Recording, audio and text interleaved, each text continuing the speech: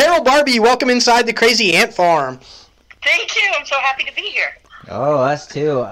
So much to talk to you about. Oh my goodness. Talk about an inspiring story. We have a little bit of connection as well because we see that you came from Concord, North Carolina. And we are frequent visitors of Cornelius and Davidson in that area, so cannot wait to talk to you about that. Why? I have family there, and so they've been living there for quite a while, and so we travel back and forth a lot. Big fans of the area, love Charlotte and the whole surrounding area, so very cool. And first, before we get started, we just want to say huge congratulations, and we'll be talking about this throughout the interview, but huge congratulations on raising Dion. Yes. Just an absolutely epic show. We're huge fans, so we could not be more happy for the huge success for that. Thank you so much. It's so good to hear that because, I've lived with it for so long, and we had an audience of just a little handful of people with it for so long, and now it's like, wow, other people are seeing it, so thank you. It's really good to hear that. Absolutely. And we're going to talk all about that. But what we like to do is we have a lot of listeners and fans of the show who are trying to break into the industry. And so we're thrilled to have people like yourself come on and join us because you've been doing it for such a long time. And we like to just ask, how did you get started in it? Was it something you always kind of wanted to do? And then just kind of go into, some stuff and advice about how to do what you do in the industry. So how did you get started? Was writing something you always envisioned yourself doing, or we know you did some acting as well, right? Yeah, when I was a kid in Concord, I used to tell people I was going to be a writer, but I think I meant a novelist because I didn't really know that television or movie writers existed. I didn't know what that was, but I always kind of meant to be a writer. But I honestly had a pretty quiet, normal life, and I thought I got to do something interesting before I have something to write about. So I was always involved in theater. I'm a singer. I was always singing in my church, and then I would sing on the way up, doing musicals and stuff. And so I ended up being a theater major at Wake Forest, which is where I went to undergrad, and then I got into the MFA acting program at UCLA, and I came out to UCLA just to go to do the 2-year acting program. I got my acting MFA, and I worked for 8 years maybe as an actress, a lot of theater, a lot of, some sitcoms, but mostly, other than theater, mostly doing 1-hour dramas. Right. It's sort of the form I knew the best. And so I got an idea at one point for what I thought was going to be a play, but it ended up, it was about photographers. And so I thought, I think this should probably be a screenplay, but I don't know how to write a screenplay. So I started I took a class at UCLA Extension Night School, just to write that screenplay, and I ended up taking 3 classes in a row to write it and finish it. And when I finished it, it won an award that UCLA did with DreamWorks at the time, called the Dion Thomas Award. And when that happened, I had meetings with agents, and people were asking me what I wanted to do. And what I really wanted to do, I realized when I was doing that feature film, it just took so long, and it was not exactly my pace. I'm really proud of the screenplay, but I thought, no, I want to do 1-hour dramas. That's about the right pace for me. I'm pretty, I like more immediate gratification. So, right. So I wrote a couple of television specs, and then got an agent through that award, and then went on a couple of meetings, and one of them was for a show that had not yet aired. It was a brand new show, but they were looking for a couple of female writers to join the staff, and it was Providence, the show that was on NBC, and it's before it premiered, and so they hired me to do a freelance episode before they premiered, and then once my script went really well, and when we premiered, they were a big hit, and it ran for 5 years, and so I was really lucky that the first job I got lasted for 5 years, because it's hard to get the first one, but it's really hard to get the first one several times in a row if the show doesn't last, So that's what I did, and then by the time I left Providence, when we were finally canceled, then I went to Judging Amy, and right after the year I was there, 3 showrunners got fired right in front of me, and ultimately I ended up being the showrunner, last man standing. Wow. And I became a showrunner for them, so that really helped things. But in terms of how to get into the business, I think that you have to write specs. nowadays people don't really want to read spec pilots of other people or spec episodes of other people's shows. They really want to read original content. Right. And I've always felt that way. I even when I first started show running, I would just say, look, I'll take anything, a short story, I'll take an essay, I'll take a screenplay, I'll read maybe the first, 10, 20, 30 pages of it. But I just want to hear you talk. I want to see how you structure a scene and how your characters talk. So I think that's a big thing, is just to have material that reflects you. I think some people make the mistake, and I've made this mistake in the past, of thinking, well, I need to be on the coolest show possible, and so even if it's not a show that I actually watch or like or would ever really want to write, I better write that one. Right. You know, I want to be cool, and and I think that's a mistake, because I think ultimately you will have a wheelhouse, and you can do many, many things. I mean, I've written in a lot of different genres, but there's sort of a core that will tell you that it's mine, I think. Right. Because of the way the story unfolds and how the characters are. Wow, I love that entire sequence. Yeah. And I really like how you opened it up. You're like, well, before I can write, I've actually got to do something like interesting. Right. You know, like how am I supposed to write? Yeah, exactly. What am I going to write about? We hear that though. That's a theme from a lot of the guests, and our own personal belief also, that you just have to get out there and live life and take chances and take risks, and that's what it's all about, especially in this industry. I mean, if you don't do that, why are you even doing it? So yeah, that's a brilliant story, and I just love how you. I want to talk a little bit too about the differences, because you said you knew right away that the timing and the scope of it, you wanted to do television over film. Because they are dramatically different when you're writing, right? I mean, writing a teleplay as opposed to a screenplay is a lot different, right? It is. I mean, at the time, it was the form I knew the best, because I had just read hundreds and hundreds and hundreds of one-hour dramas because of auditioning for them and doing them. Right. And so it was really a form that it just made sense to me. I liked it. And also for my entertainment, I kind of like an hour is good for me. Like, that's good. You know, I don't need to sit there for 4 hours. But also at the time, well, even now, television is a collaborative medium, and I'm a really social person, and I'll sit down and do my work. I will. That's not a problem. Deadlines are. I will get the work done. I want to get an A, but I like being around other people. And in television, you have a writer's room. Most shows have a writer's room. Not all, but you normally have a writer's room.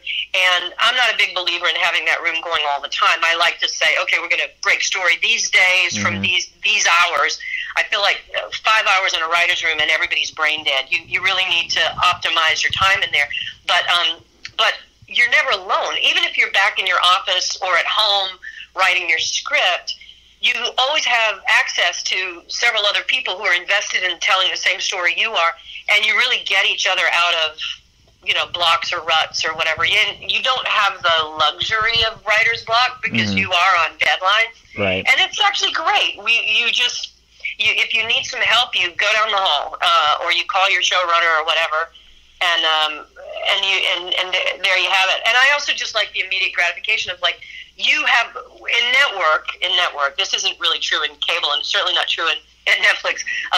But in network, you know when your show's going to air before you even start writing it. Right. You are on a schedule, and it's going to happen. That train is moving, and so there's something about knowing that it's going to get out there, and that focuses the mind. I used to say, like, I when the terror strikes, that's when I get really serious about my writing. And as you've done it longer and longer, the terror waits longer and longer to strike. But it will strike. So, but I like that about it too. And now, of course, television is the place to be, because you can tell so many different stories, and film has come to television because right now, at least, most of the films are superhero stories, which I'm a big fan of, but they're all big CGI monster fights, where they are, a few Oscar, they're Oscar bait, and God bless those. But for the most part, the kinds of movies that I would want to write, they're now on Netflix and Amazon, and they're smaller stories, but they're deeper stories, right. and they go on for a much longer time. Right. I like the fact that in television you can fold out characters and stories incrementally and really have it feel real and have it be detailed. And so yeah, I love the TV. I always did love the TV format, but I particularly love it now. Well, even more so, I mean, you see all these limited series coming out, especially on Netflix. It makes me wonder how often those were supposed to be films, but then transferred over to the television side just because they felt like they could tell the story better through however many episodes for the limited series rather than the hour and a half, 2 hours for the film. So that makes complete sense. I think that happens a lot. Yeah. I'll tell you that I've been sent books that were like bestsellers and all this stuff, but they're several years old, and I'm like, where's this book been? Mm-hmm. And they go, oh, well, they thought they want to make a film of it, but it's a book like, it's a book like Game of Thrones. Like, you couldn't make a movie. Right, like, there's no they way. tried to make a movie in Game of Thrones, and you get these amazing stories, and you're like, you can't cram that into 2.5 hours. Right. So television, now that the quality is there and that there's a multitude of platforms so that you can find the right place to do it, mm-hmm. television is so much better for those stories. You read something now and you go, oh, wait a minute, I think this actually is a film, because it's really kind of a one-off story. It's right. not something that has like legs to go on for a while. Absolutely. Okay, so I want to play devil's advocate and kind of the other side of the sword, because we pride ourselves on being robust and round and equal everywhere. Right. So with the invention of streaming and binge watching, if you will, do you think, or have you seen, because I feel like sometimes, especially on network now, there are some, and one example that I'm just going to throw out there right now, because we don't know the fate of it, is Bluff City Law on NBC. Do you feel like you don't have enough time to do what you said at the top of that the little story right there about developing the characters over a period of time and telling your story? Do you feel like that maybe, especially on network, that's gone? Because if you don't come right out of the gate with 17 million viewers, I feel like 3 episodes in, they're talking about canceling you. Yeah. And I mean, have you seen that, or have you found that side of the struggle? And what's that like as a writer or a showrunner, knowing that if you don't come flying right out of the gate, you might not be able to tell your whole story? Like, you're absolutely right, and I think that there are differences in the platforms of network and cable and streamers, and we're all sort of finding where our comfort levels are. But sometimes, because of the way those platforms work, it requires a certain kind of storytelling. So I think you're absolutely right. With network, one of the things I found so frustrating about network is that they were feeling those pressures because cable was getting so many of their viewers. Now it's like, if you don't get that big number, you really are, like, from episode 2, they're starting to make their decision. And maybe even before, maybe even with the testing. It feels like when I left network, it felt frustrating because you would put so much time and energy into something, and it was over so quickly if you didn't make the big splash. Mm-hmm. And then after that, you were just trying to get the network to pour more money into advertising or to believe in you or to whatever, and they were lowering your budget because and I get it, they have a business to run. Absolutely. What I would say about streaming, which I vastly prefer right now, and here's why. With Raising Dion, they gave us the time. They said, take the time it takes. It'll take the time it takes. When the pilot script is ready to shoot, we will let you know, and then we'll let you go get a writer's room and write the rest of them. When you've written all the script and we're all good with them and we feel like, oh, yeah, this is the story we need to tell, then we'll start prepping for production. Then you'll go shoot it. So everything's done, like, kind of in the time it takes. Right. And at the end of the day, what ends up happening is your friends don't know where you are for 3 years, and it's because you're off. You're in a rabbit hole doing one story. I literally pitched Raising Dion August 10th, 2016, and it aired August 4th, 2019. Right. So I feel like you're so deeply into it, and you're off telling one story, and then it drops. But here's the good news: they're all there, and I feel like with a story like Raising Dion, I think it really benefits from everybody knowing that there's big stuff coming, and you can actually even see some of it. You wouldn't do that in network. You would get one bite at a time, and maybe you lose a lot of your audience in the first one or two. Whereas with Netflix or whatever streamers who drop them all at once, you're in for it's like, here's the story I'm telling you, and if you're interested, you can see the whole thing right now. Right.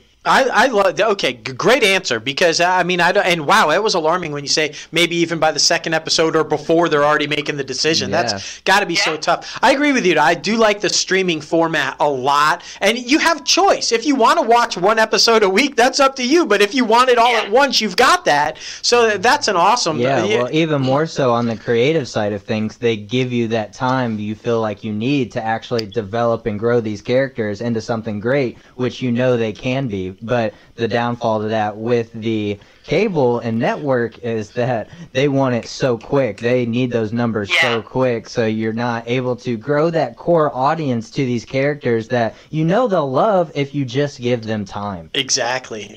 Like you said, the train is leaving no matter what, because you know it airs this date and it's airing no matter what. So. Oh, and you feel like you can feel like in network, and look, I haven't worked in network in several years, so I imagine they're adapting to what's going on in cable and streaming. But there just is that feeling that it has to be loud and fast, and everybody has to, and it's for the broadcast audience, right? It's for a broad audience, and so there are certain shows where you know that the audience you're going for, they're okay. They're going to sit there and they're going to be patient, and they're okay with quiet in the beginning, and they're okay with that. But when you're doing a broad audience, you can't. Nobody's going to sit still for that. The executives aren't going to sit still for that. They're going to say no. You have to come out of the gate, and it has to be obvious to everybody what this show's about, and we have to get the premise in the teaser, and so it's just a different way of telling the story, and it also dictates what kind of stories work well in that format. I think there are certain things that work great on network that, obviously there are good dramas, there are good everything, but I think particularly the formats of, I think sci-fi can work very well on network. I think comedies work really well on network. So I just feel like that you start to read material and go, okay, I think this needs a little bit more of a slow burn, or it needs an audience that you're going to have with you, and that they're okay hearing a story incrementally.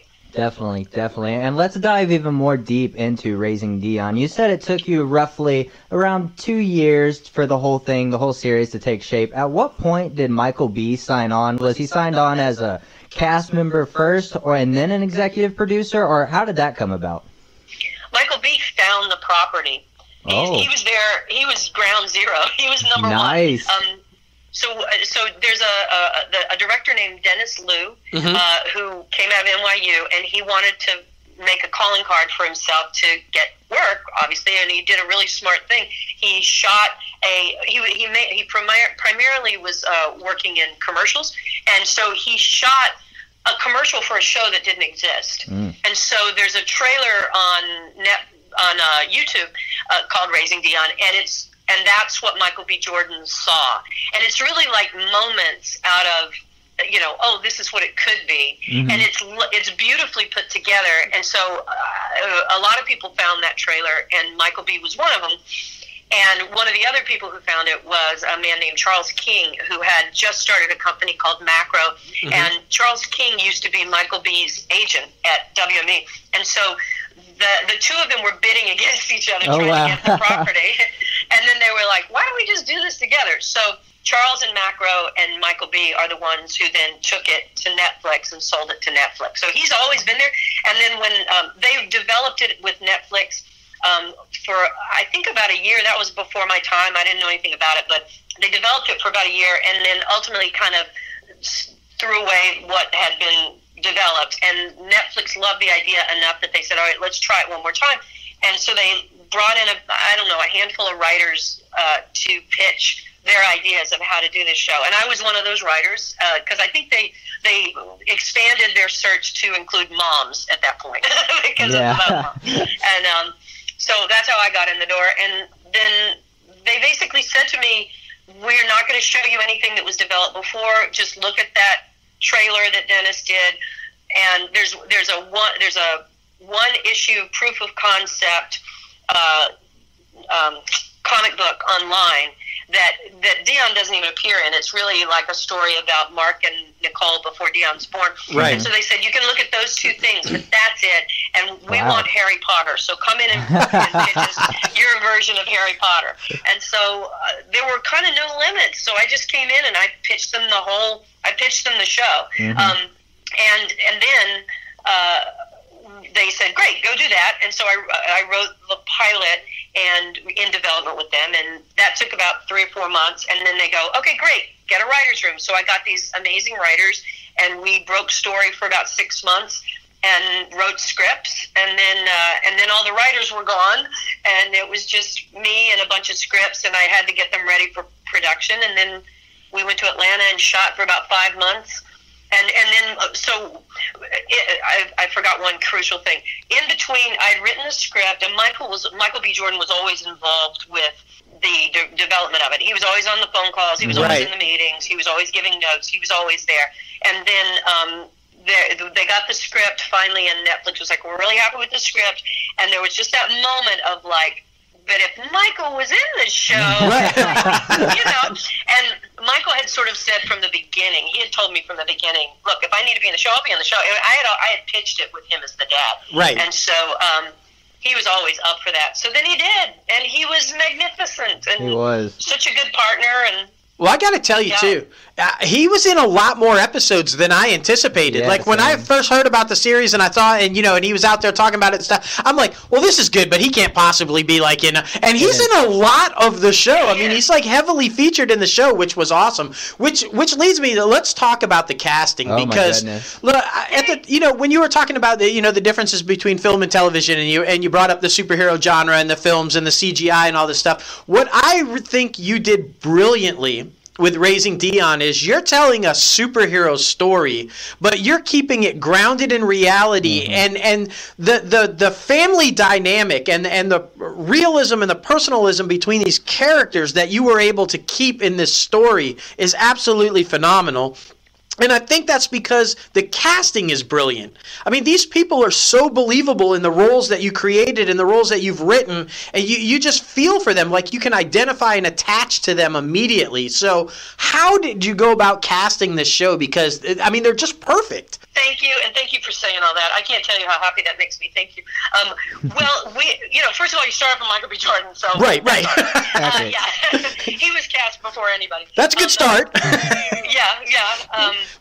Then we had a casting director, Christine Cromer, who's in New York City, and she's fantastic. And so we had her just scouring the place for kids, and we saw a zillion kids, but fairly early on, Josiah Young, who plays Dion, Josiah showed up on one of the casting tapes in New York. He's from Pennsylvania, but he auditioned out in New York, and he kind of very quickly was the front runner. We all really loved him, and he was just natural. A lot of kids, God bless them, are kind of programmed, right? And you can tell that their parents have just rehearsed it within an inch of its life, and I understand why, but when that person gets on a set, they need to be able to, they need to be more natural than that. But in our auditions, we had them do the lines, but we also had them improv, because we wanted to just get them out of those line readings. Right.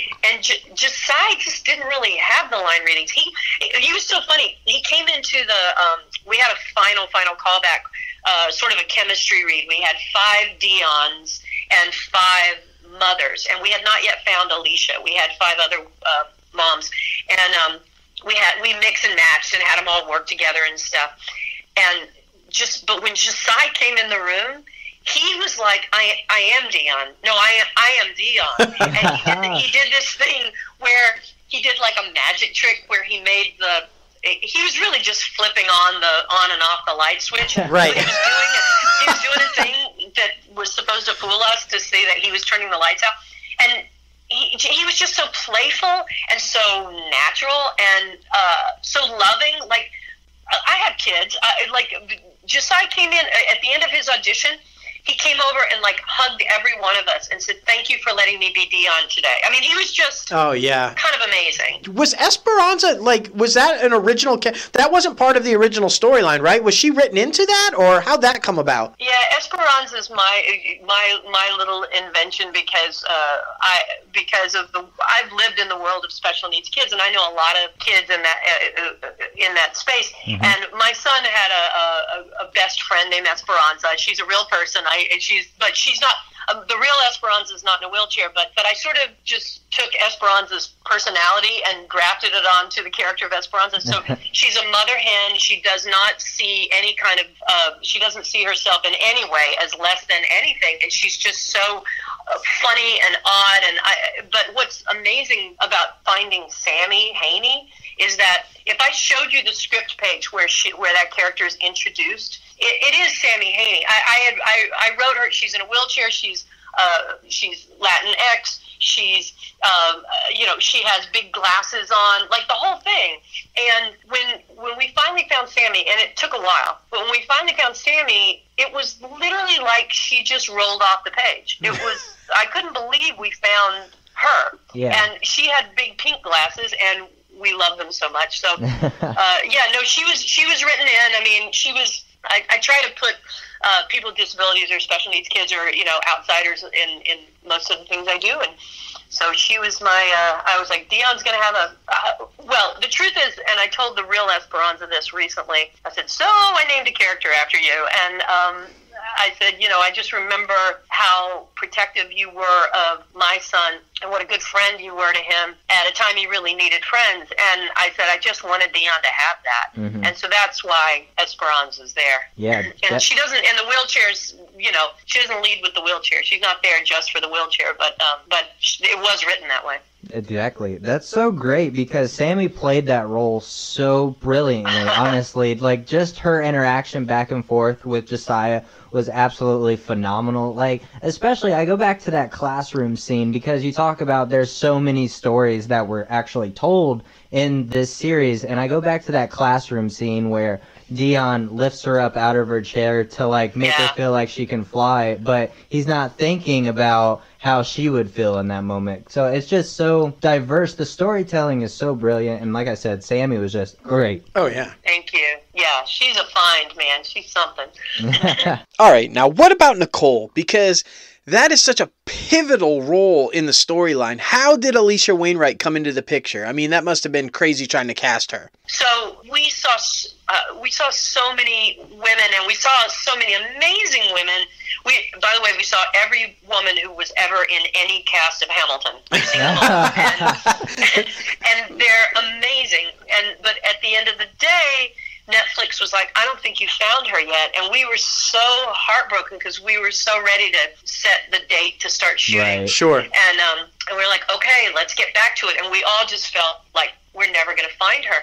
But in the next round of auditions, Alisha showed up on the tape because her show, Shadowhunters, was canceled while we were looking. And when her show was canceled, she showed up on the casting tapes. And when we saw her tape, we all started calling each other behind the scenes. We didn't want to say anything on email in front of everybody, but we started calling each other going, this is her, right?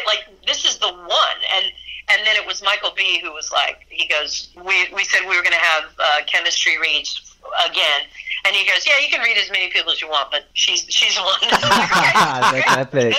So, yeah, when Michael B. says, no, it's Alisha, you're like, nope, it's Alisha. Yeah, I mean, Alisha. And we all felt that way anyway, but we were like, nope. Yeah, and he totally had casting approval, particularly over that role. But right. Well, I tell you what, she was absolutely because she's just captivating. Like when she's on screen, you can't take your eyes off of her. I mean, she's just, and whether she, in the mother role or whether she's going, head to head with, her and Josiah together were just great. Honestly, I got to tell you, that scene where they're singing in the car has got to be one of the best things I've seen ever. I mean, it's so good, so good. And she's just an amazing young actress. I hadn't seen her before. This was the first time I had seen her in anything, and just brilliant. I just thought she was a brilliant cast. Thank you. But I got to tell you. By the way, she hadn't really done much because 4 years before we met her, she was a PhD student in botany. She's a scientist. Wow. And yeah. And so what happened was she was going for her PhD, and there was a certain very specific area that she wanted to study, and she was having trouble getting funding for that area, and she was being told to go into this more generalized area, and she just said, I don't want to do that. And so she took a year off and just traveled.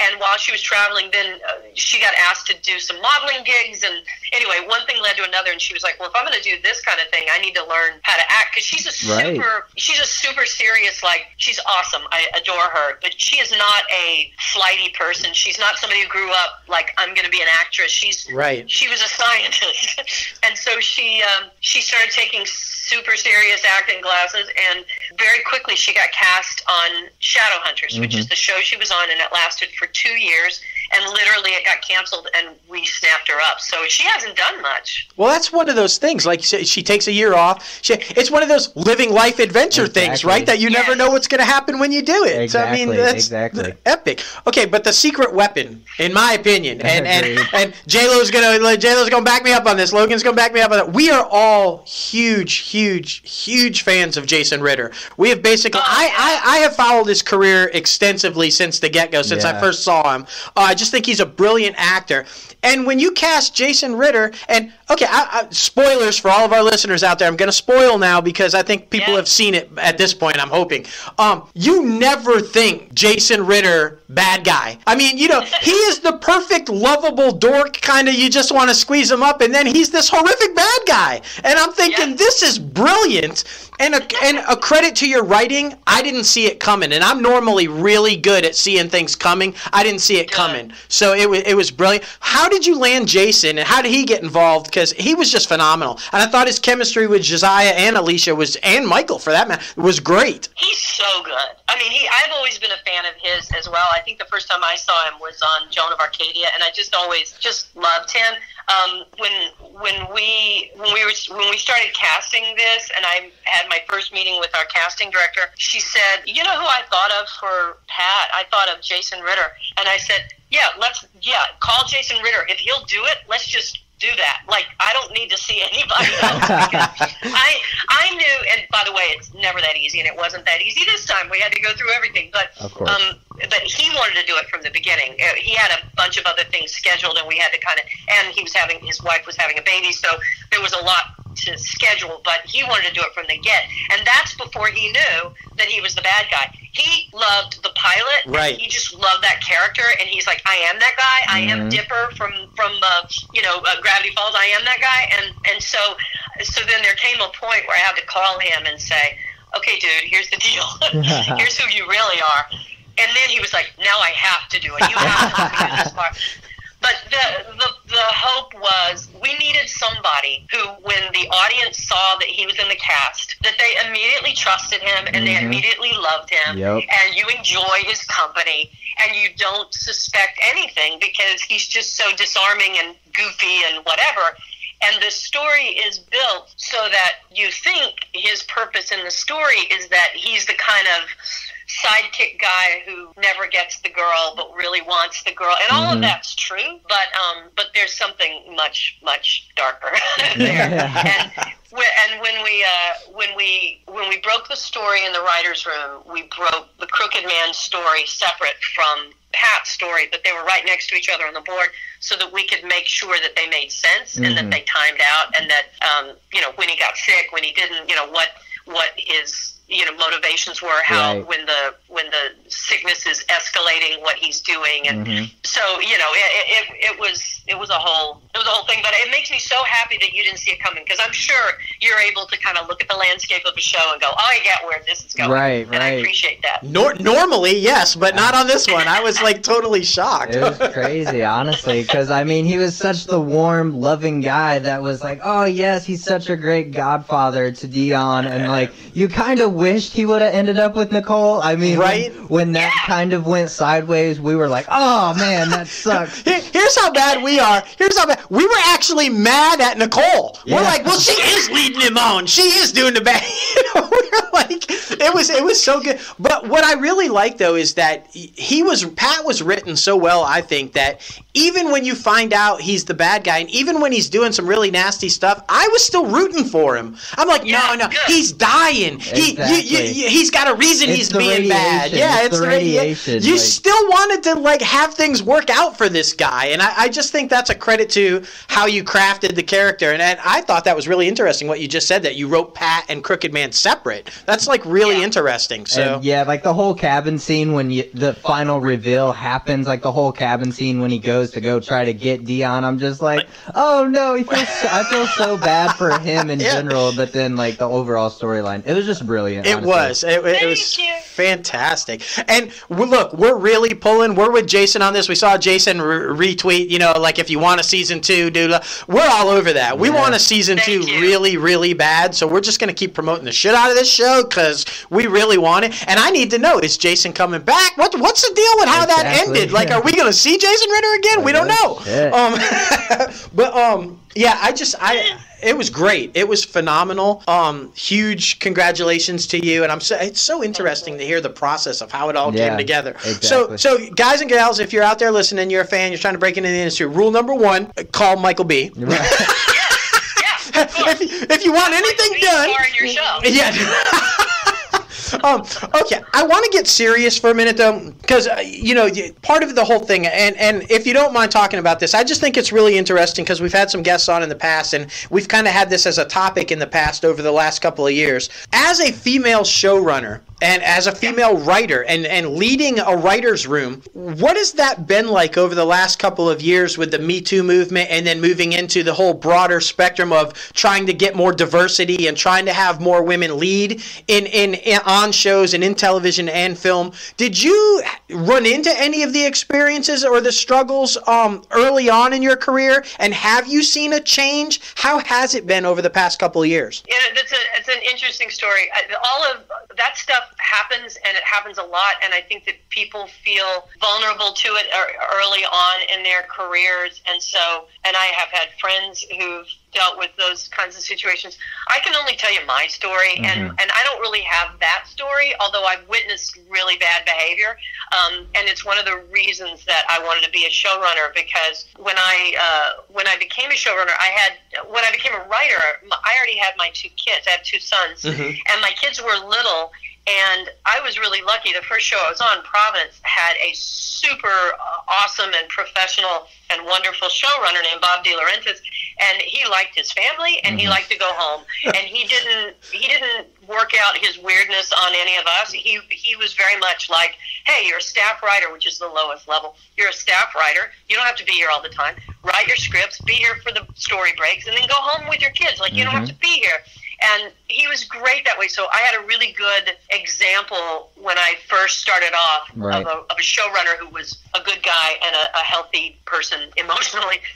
So that but I certainly knew about terrible work situations that other people had, and I didn't experience any of that, to tell you the truth. What I have found is that I became a showrunner so that I could create and control the environment and the culture of the show.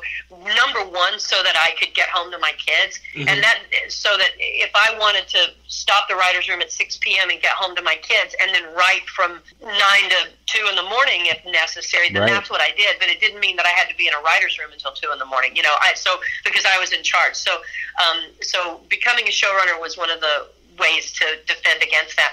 I really haven't had that kind of it's probably happened to me, and I'm not even aware of it in terms of not getting certain jobs or not. I don't know, it may be, but I became a showrunner at CBS under Nina Tassler, and there were a lot of female showrunners there at that time, and I felt very supported. The first 2 shows I was on, and they both ran for 5-6 years each. One was Providence, which was a chick show, and one was Judging Amy, which was a chick show. So I felt like the beginning of my career into me becoming a showrunner, I was on female shows with predominantly female staff. So I felt pretty stable by the time I became a showrunner. I haven't had much of that in terms of men not respecting me or not, because you kind of handpick the people that you feel comfortable with. Right. Absolutely. And if you're not comfortable with them, you fire them. Exactly. So that takes care of that. But I think that what I have definitely seen with Raising Dion is that, and going forward, I will always do this, and to the best of my ability. We need Raising Dion. Our default was to have women and people of color in every role. Absolutely. And so we had plenty of white dudes, and I love my white dudes. I have no problem with my white dudes, but it's like we had plenty of them on the staff. But our default position was, let's find excellent people in these roles who don't get these positions, and Exactly. also not have one token person or one woman in the room. I can't tell you how many times I was the only woman in the room. So, and sometimes when I was the showrunner, because of what the show was or who was making the decisions about staffing. So with Raising Dion, we have the most diverse staff I've ever been on in terms of people who are racially diverse, a lot of women, and people who were, non-binary or sexual orientation. Right. We had a very diverse staff, and then a very diverse crew. I mean, people would walk onto our set, and they were like, "I have never seen this many people of color behind the cameras." It's like the whole crew, So it was, what was wonderful about it was I really understood in a deep way that you get different stories told when people are in the room. There were stories in Raising Dion that I could not possibly have known. Number one, we have a writer named Dana Jackson, and who's fantastic. And Dana, when he came to meet with us about staffing on Raising Dion, he said, "Oh, I love how raising this little African American kid and his superpowers, that you're doing this metaphor of what it's like to be black in America, Right. and how she's going to have to protect him, and she's going to have the talk with him." And I was like, "What are we talking about here?" Right. And Dana's the one who pitched that whole story. And so, because to me, I saw Dion in a different way, which was from my own lens, because I have two kids, and one of my kids was born extremely premature, and so had some special needs. So when I saw the story, I thought, oh, well, this is a mom of a special needs kid. His special need is just that he's got superpowers, but it's really the same thing. You're trying to get that kid through life and negotiating life, and how to, you have to keep him safe from the world and keep the world safe from him, figure out what he's capable of, figure out how he can be the best he can be, all of that. So to have Dana come to me and say, "Oh, I see it this way," it's like, oh yeah, we're going to tell these. So many stories can exist under this umbrella, but I wouldn't have known that had I not had a diverse staff. Absolutely, and what I love about that is that you say, diverse writers' room, a diverse, executive staff, diverse crew. It heavily played over into the in front of the camera, the talent, because it was also a very diverse cast, and I think that shows. And I love the idea because Dion, he's basically his whole life been around Pat, who's this white guy. He has no clue there are bad white people out there. So that storyline was brilliant, by the way. And again, I mean, kudos on the show, and we're really pulling for a season 2. I just think this has been like a really informative. I just love how it's been extremely entertaining talking about Raising Dion and all the stuff, but then so informative about your thought process, about how it came about and what went into the characters and how you found the people, and just this is the kind of stuff that I love. These type interviews where you can have a really good time, and yet it's so informative and so helpful to people that are listening and trying to do these things. It's been like, I love these things. Great job. Huge congratulations. Thank you so much, and thanks to you guys. I mean, this is so much fun to just talk to people who are, fans of TV, fans of writing, fans of all of this, and really are knowledgeable about how it all gets put together. So thank you so much. I appreciate it. Well, and honestly, it helps us out a little bit because we are also a television and film production company and have our stuff in the works at the moment. So you're helping us out a lot. Good. Well, good. Yeah, always informative, always helps when, yeah, we love that. So, okay, what do you have coming up? Because we have to know. We're hoping season 2 of Raising Dion. But what else do you have in the works? What you got coming up in the future? I have, I'm definitely holding, fingers are crossed for season 2. I'm hoping for that. Well, we should know in the next not too distant future.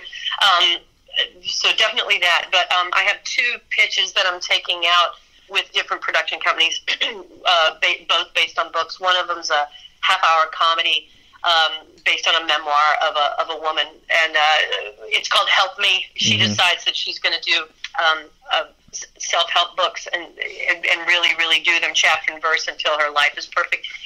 And then there's another one that is based on a sci-fi book called The Calculating Stars. It won the Nebula Award and the Orion, and it's won a bunch of awards. And that's an alt history of the space program. That's where women and people of color are sort of building it from the beginning. So awesome. That's a big world sci-fi, big world thing. So I've got that, and then there are a couple of things that are sort of being offered to me. So I'm weighing those now, but it's exciting. It's cool because some of the people are calling me and saying, "Okay, I saw Raising Dion. You're the perfect person to write this." It's like, oh, okay, well that's nice. Well, I would have to agree. I mean, I just think there's like massive things coming in your future because how can there not be after Raising Dion? It was just so brilliantly done, just fantastic. Okay, where can everybody follow you? Because social media is the end-all, be-all today, and we want to make sure everybody can follow you. So where can they find you? Yeah, Instagram. I'm not on Twitter right now. I came off Twitter, but I'm Instagram, cbarbee1. That would be great.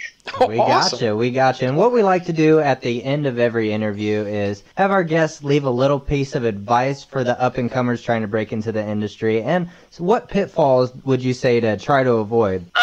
I would say, the thing I really love to say to people is something that was said to me by only one person, by the way. There was only one person who said this to me, but it was enough to make me feel like I could do it.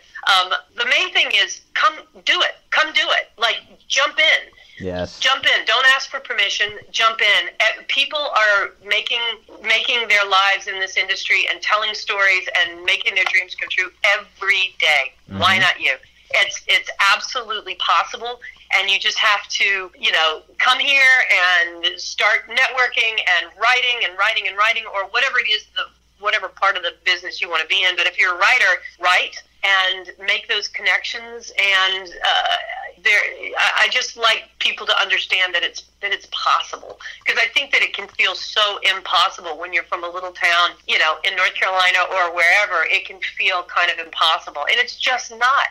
And once you kind of get hooked on the joy of collaborating and telling stories with people, if you've got good stories to tell, and if you're willing to work hard, it's just possible. So come on out and do it. I love that. Yeah, so seriously. inspiring. That's our philosophy as well, because we came when we met each other and we got together and formed our company and are doing what we're doing. We were in like Biloxi, Mississippi, which like really nobody's ever heard of. Yeah. And like now we're based in LA. We're working on several projects. We're doing this podcast and we're meeting all kinds of people and networking. And you're right. You can do it if you're determined and you want and you have a goal and you have a dream and you work hard. You can do it. And so it's always here to nice to hear people like yourself. So inspiring, and for other people to hear that, we cannot thank you enough for that. Well, thank you guys. I'm so happy to get to talk to you guys, and thank you for the love for Raising Dion. It's just so appreciated. It's such a personal, project, and I just am so, I really appreciate it. Oh yeah, we appreciate you. Yeah, seriously. And I mean, if you ever want to come back on, open invite, honestly. If you have any other shows that you're wanting to promote in the near future, you know. Like Raising Dion Season 2. Like Raising Dion Season 2. Yeah, that's right. Thank you so much. I appreciate it. Not a problem. Open invite, and we hope you have a great rest of your day and a great rest of your week, because we know you got a lot of things coming. Thank you. You guys too. All right. Thank you. Have a good day now. All right. Bye. Bye.